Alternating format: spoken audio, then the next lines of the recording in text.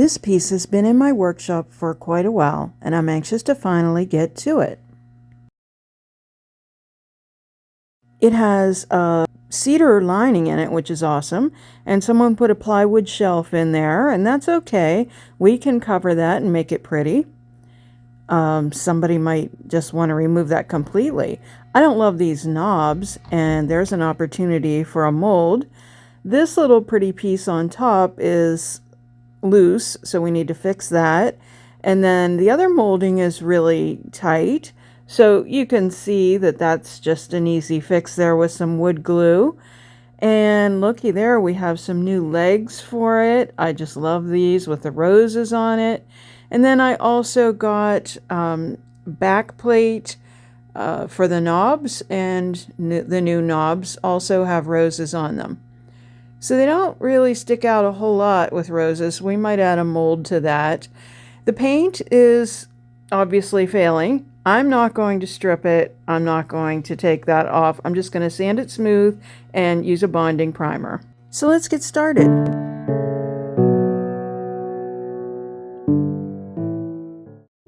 I'm a brand ambassador for Made by Marley Decoupage Paper, and I have some grand ideas for this piece. My inspiration is coming from these vintage paper dolls and also this card that I received from the Historical Society.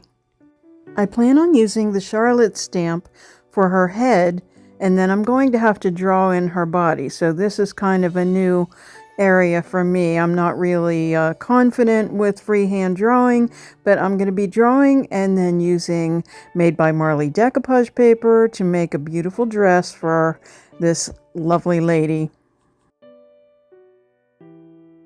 In an awkward position to do a repair, I struggle through. I just squeezed some glue in there, and it's hard to tell if I got any in, so I have to move to the side and take a peek. I'm getting some in there, and now I'm putting even more in there. There are also some little nails on the back of this, so I'll use the glue, I'll nail it, and then I'll also use a clamp and hold it tight. And there's a couple other nails on the end, so I'll also put a bead of glue along the front and smooth it out, and we should have a pretty sturdy repair. This is again an awkward position, but it'll work.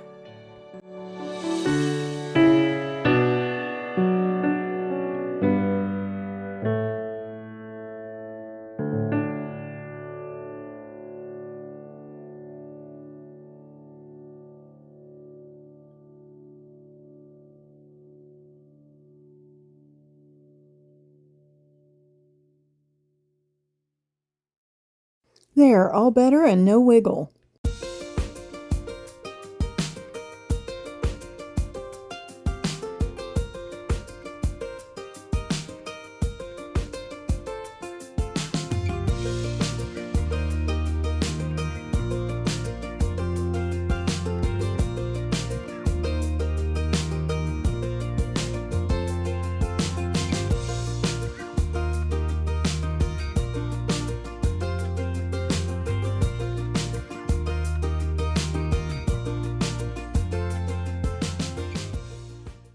I'm using an 80 grit sandpaper to make sure there's no peeling or chipping paint.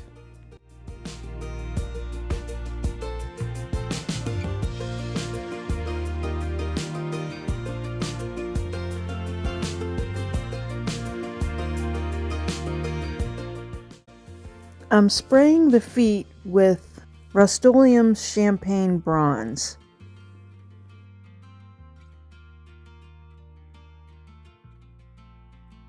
I never spray painted on raw wood before, I don't think, but I really like the way they're turning out. I might do a little dark wax on them.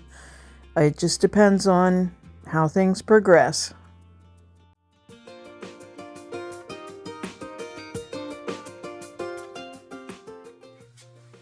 With my safety glasses on, I cut a piece of wood to 15 inches. I measured with the piece on its side to see what would fit in, because I'm making a plate to add my legs on.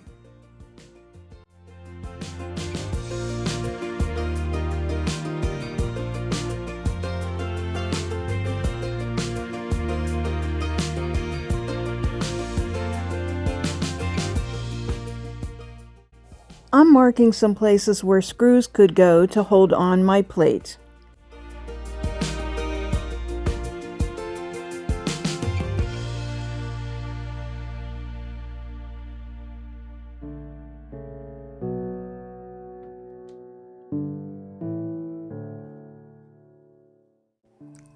I'm going to screw a couple of them in just so I can position my legs, and then I'll remove this to add the legs to it.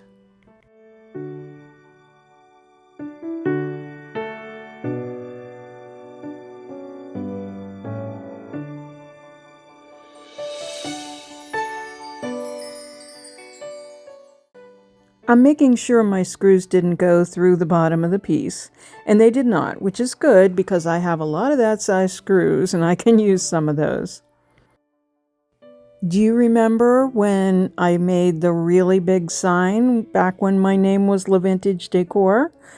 I can link that video, but that's where all the screws came from. It had, well, not a million, but it had, let me think, I did count them at one time. Lots and lots, let's just say over 1,000 stainless steel screws that spelled out Le Vintage Decor. Right now, I'm just positioning the legs where they'll be and I'm marking them. I then remove those screws so I can take the plate off and attach the legs to the plate.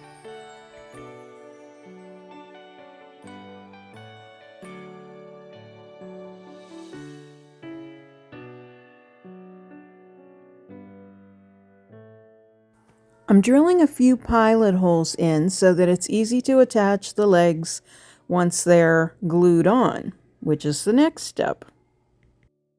I used Titebond Quick and Thick glue to attach the legs.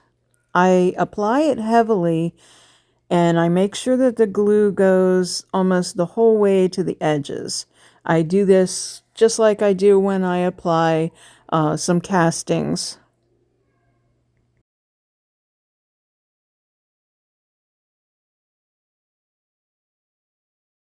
Once the glue is dry, then I drive screws in my pilot holes through the legs.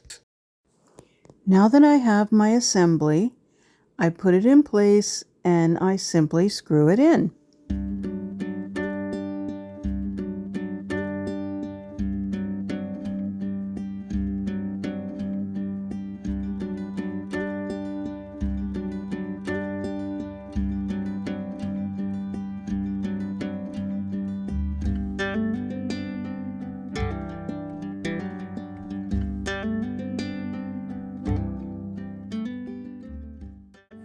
With it back on its beautiful feet, we're ready to start priming this beautiful piece.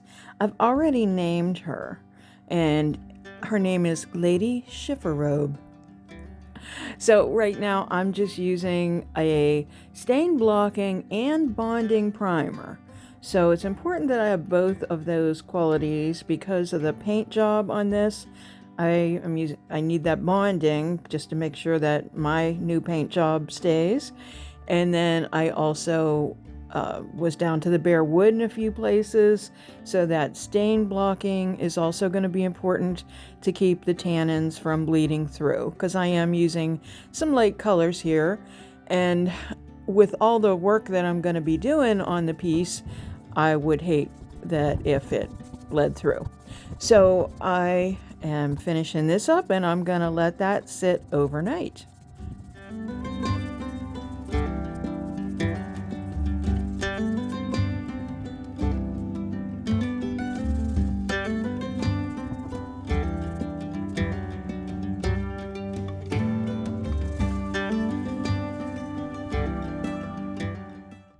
The next day I start with sort of a sandy color. I truly don't know exactly what I'm doing, what my exact goal is here. I just have a thought in my mind that I'm just going to keep moving towards. And sometimes when, concepts are like that in my brain, it's just kind of like right now, as I do this, with that primer underneath, which was a gray, it's kind of given me the tintype photo vibe. I'm using a great big round brush, and I'm just kind of just gently covering the surface, because again, I only know so far my plans are that I'm going to be stamping in her head, and I'm going to be drawing in her dress, and then I'm going to be decoupaging on her dress. So right now I'm just focusing on that front, and I'm just kind of making a frame. I always say, in order to be objective, take a picture of something and then look at it. I'm seeing that top flourish at the top to be done in gold, just like the feet. This is just kind of a step back perspective. Also, that wide band at the top and at the bottom with rose molds. While my paint dries, I return to the design portion. So I look at this lovely cutout set. Now, it's easy to get lost in the clothes, but right now I want to look at the position of their head. This is published in 1977, the year I graduated from high school. It only cost $2.50, and it's Harper's Bazaar. But anyway, I'm looking at the position of their heads so that I can draw their bodies. So I use that Charlotte stamp from Iron Orchid Designs, and I've inked it up in black, and I'm being really careful to make sure that I, press down and get a good image. I didn't really have any extra ink on it, so I was happy about that, and I wanted to make sure I got her eyes and all of that. So that's that part of that's the easy part, if you ask me, because the rest is going to be me drawing. So I pull up the dolls and take a look. So I want to keep proportion in mind. So I'm drawing a line where her waist will be. So that should be a guideline for me to kind of keep her everything in proportion. Her arm, her elbow, and all that stuff. So I'm kind of just following the guideline of one of the images there.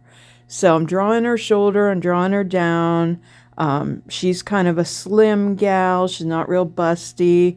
So we're not giving her the low neck, that kind of look.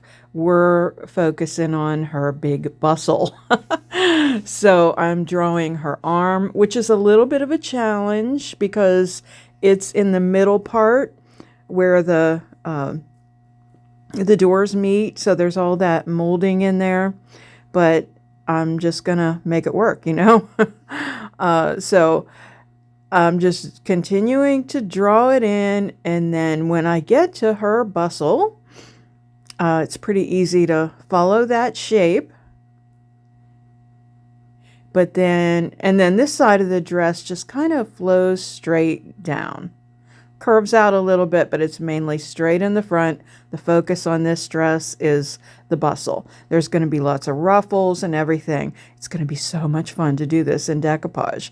So here's kind of what she looks like. Obviously her shoulder's a little square. We'll take care of that. But I'm happy that I have my basic sketch. Now, as I always say, step back. In retrospect, her bustle's pretty big. She's got a real big booty, if you will. So we're gonna come back in and take a little bit off. Don't you wish it was this easy in real life? So if you look, I drew a line in farther. Now the other one looks a lot darker. That's because I used the eraser and it made it darker, but I'm going to get rid of all that. That's just basically a sketch. I can paint right over that and get rid of those lines when the time comes. Now I hate to be a big tease, but I'm moving my shop. I'm moving into Cosmic Charlie's coffee house. So I have a lot to do. So I'm going to wrap it up here and bring you back next week because I want to be able to take this piece to the new shop. So I'm definitely going to be getting it done in a timely fashion, and I will film everything along the way for you. Remember our channel membership and all these good things to come. So thank you so much for watching. And as always, if you like this content, give it a thumbs up and share it with your friends.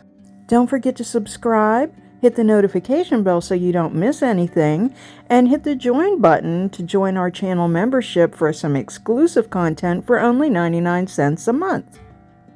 Find us on the web at www.statementdesigns.org and on social media as Statement Designs. Stay well.